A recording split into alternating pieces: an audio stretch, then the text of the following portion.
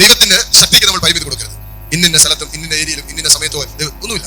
പരിശുദ്ധ അമ്മ പറഞ്ഞു, ഇതാ കർത്താവിന്റെ ദാസി, നിന്റെ വചനം പോലെ എന്നിൽ സംഭവിക്കട്ടെ. പറഞ്ഞപ്പോൾ തന്നെ എന്താ സംഭവിച്ചേ? അമ്മയുടെ ഉദരത്തിൽ രക്ഷകൻ പിറക്കാനുള്ള സാഹചര്യമായി. അത്ഭുതം നടന്നു. ലോകം കണ്ടതിൽ വെച്ച് ഏറ്റവും വലിയ അത്ഭുതം അമ്മയുടെ ഉദരത്തിൽ നടന്നു. വചനം മാംസമായി. അൽത്താരയിൽ നടക്കുന്ന അത്ഭുതമാണ് അമ്മയുടെ ഉദരത്തിൽ സംഭവിച്ചത്. കർത്താവ് കരങ്ങളിൽ എടുത്തിട്ട് ഇതെന്റെ ശരീരമാണ്, ഇതെന്റെ രക്തമാണെന്ന് പറയുമ്പോൾ അപ്പവും വീഞ്ഞും കർത്താവിന്റെ ശരീരവും രക്തവുമായി മാറ്റപ്പെടുന്നത് പോലെ അമ്മയുടെ ഉദരത്തിൽ അൽത്താരയിൽ നടക്കുന്ന അത്ഭുതം നടന്നു. വചനം മാംസമായി. ഒറ്റ കാര്യം അമ്മ ചെയ്തുള്ളൂ. ദൂതൻ പറഞ്ഞപ്പോ അമ്മ പറഞ്ഞു, ഇതാ കർത്താവിന്റെ ദാസി, ഈ വചനം എന്നിൽ സംഭവിക്കട്ടെ എന്ന് വിശ്വാസത്തിൽ പറഞ്ഞു.